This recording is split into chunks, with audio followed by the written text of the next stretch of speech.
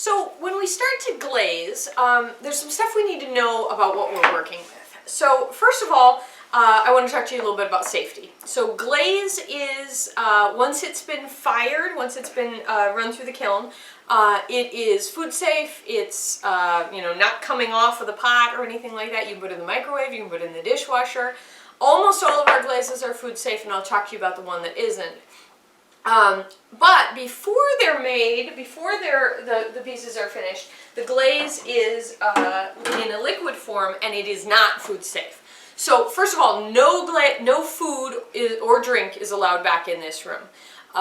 When you are glazing, you need to be careful about not having food around. And then I'm going to recommend that you put gloves on. So we've got gloves of different sizes. I recommend that you wear gloves just because some of the chemicals are not good for you to have, in your system. And if you have little cuts and things on your hands, or if it gets inside your nails, it's a little hard to clean off. So gloves are probably a good idea. I'll show you also some ways to try to keep it from getting on your hands in the first place. So when you begin to, one more safety thing, and that is glaze is made out of a variety of materials, but one of those is glass forming materials. So there's silica in the glaze, and the silica actually melts and it forms glass. Now this is not exactly the same as window glass, but when it melts, it's going to melt down the side of the pot, and most of the places it'll stay put. But this piece and this piece here are two examples of pieces where people put too much glaze on. It melted down, it melted off of the pot and onto the shelf. And in this instance, it stuck to the shelf, and to take it off, somebody had to go crack and break that glaze. What that means is we have exposed glass right here, and that exposed glass can be sharp. Anytime you're taking a piece out of the kiln and you don't know if it's clean on the bottom, you don't check by running your hand along the bottom. That's how you cut yourself. We do have Band-Aids in the studio, but check visually, and then if there are some sharp parts, we can clean those up with a grinder. This piece over here shows you another risk, and this is that the person had a little bit of glaze that dripped down or was on the bottom, and they actually had this piece stick to a biscuit. We put it on a biscuit, just a piece of clay, a piece of fired clay, so that when it stuck, it would stick to the biscuit and not my shelf. They've ended up with this extra little bit of clay, or ceramic stuck to it, and it's permanent. We could get it off by grinding, but it's a difficult thing to do. You are going to make sure that your bottoms of all your pieces are clean before they go into the kiln, and you're going to make sure that you don't have enough glaze far down so that it'll drip. Now, one other thing we want to be aware of with the work before we begin to glaze is that you need to glaze with one of these and not the other. Hopefully you can see the difference, but here's how I'll show it to you. Oh, what? There we go.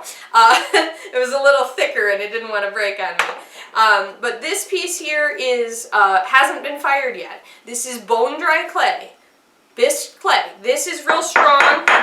It's not going to break on me. I mean, I could get it to break, but it's not very fragile. But the other thing you remember about bone dry clay is what happens if I put this in water. So if I put this in water, my piece can slake. Now think about that.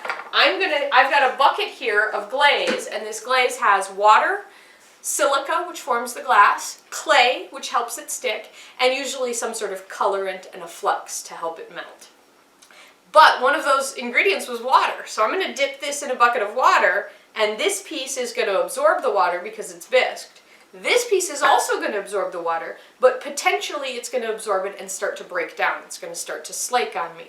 That is one of the reasons we don't ever glaze bone dry work in the studio. The other reason we don't glaze bone dry work in the studio is that I fire the kiln fast. So if you have a piece that has some moisture in it because it's absorbed glaze water, or because your piece was too thick to begin with, I'm going to fire it very quickly. This piece has already been through a kiln and it can handle a fast firing. This piece that hasn't been through a kiln can't handle a fast firing and may blow up. And when I say it may blow up, I mean the last time we had somebody put a piece in that hadn't been bisque fired already, she blew it up. And of course, when a piece blows up in the kiln because it's been fired too fast or it's too thick or too wet, those little pieces fly up in the air and land on everybody else's stuff. So if you try to glaze something that's bone dry, you risk breaking your piece onto other people's stuff, and you risk messing up our glaze, because if you slake this into the glaze bucket, suddenly our glaze has a lot more clay as one of the ingredients, and our glaze doesn't look the same as it used to. All right, so that's how you get ready to glaze. In the next video, I'll talk to you about how you know what colors you're using. Thanks.